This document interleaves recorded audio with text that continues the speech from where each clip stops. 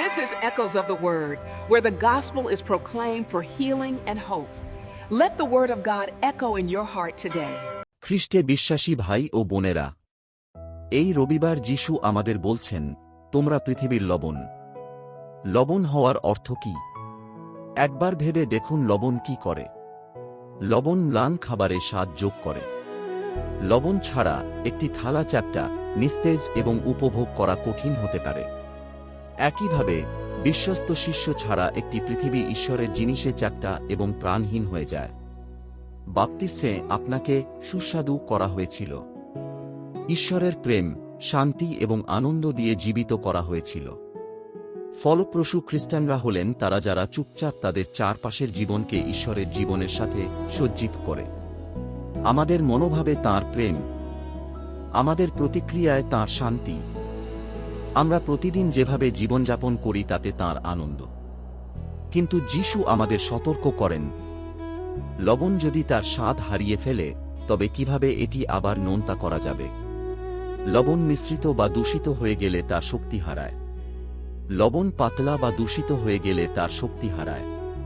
আমরা যখন পাপের সাথে আপোষ করি, যখন আমরা কেবল সান্ত্বনার জন্য মিশে যাই, অথবা যখন আমরা খ্রিস্টের প্রতি বিশ্বস্ততার চেয়ে অন্যদের কাছ থেকে গ্রহণযোগ্যতা বেছে নিই, তখন আমরা আমাদের লবণতা হারিয়ে ফেলি।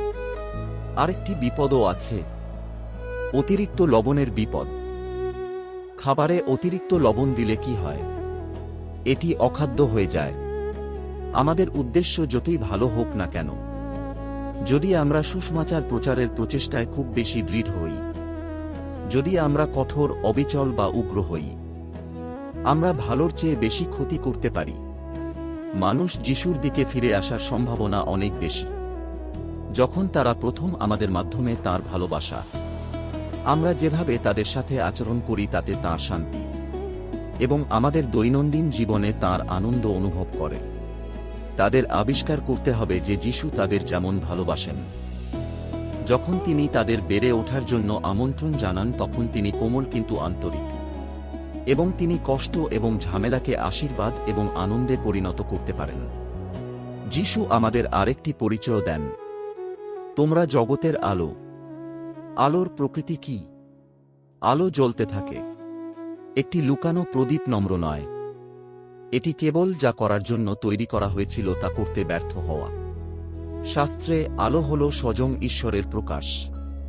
তোমার আলোতে আমরা আলো দেখি, এবং তোমার বাক্য আমার পায়ের জন্য প্রদীপ এবং আমার পথের জন্য আলো। ঈশ্বরের অনুগ্রহ কেবল আমাদের থেকে অন্ধকার দূর করে না, এটি আমাদের আলোতে পূর্ণ করে, স্বচ্ছতা, সাহস, আনন্দ এবং শান্তি দিয়ে। আমরা এই আলোর উৎস নই। আমরা আরও বেশি করে দাগযুক্ত কাচের জানালার মতো। আমাদের কাজ আলোর সাথে প্রতিযোগিতা করা নয়, বরং এটিকে আমাদের মধ্য দিয়ে যেতে দেওয়া, অনন্য এবং সুন্দর উপায়ে। এবং সেই আলোর একটি নাম রয়েছে, যিশু খ্রিস্ট, ক্রুশবিদ্ধ এবং পুনরুত্থিত। ক্রুশ থেকে ইতিহাসের সবচেয়ে অন্ধকার মুহূর্ত, সবচেয়ে উজ্জ্বল আলো পৃথিবীতে জ্বলছে। আজ পৃথিবী অন্ধকারে ভারী বোধ করছে। যিশু আমাদের অন্ধকারকে অভিশাপ দিতে বলেন না, তিনি আমাদেরকে আলোকিত হতে বলেন। নিঃশব্দে, বিশ্বস্তভাবে, সাহসিকতার সাথে। লবণ এবং আলো কেবল প্রাচীন চিত্র নয়, আজ আমাদের রাস্তায় এগুলোর জরুরি প্রয়োজন। সম্প্রতি ভারতে উত্তরখণ্ডের কোটদ্বার নামক একটি শহরে দীপক কুমার নামে একজন হিন্দু জিমের মালিক আমাদের দেখিয়েছেন এটি কেমন দেখাচ্ছে।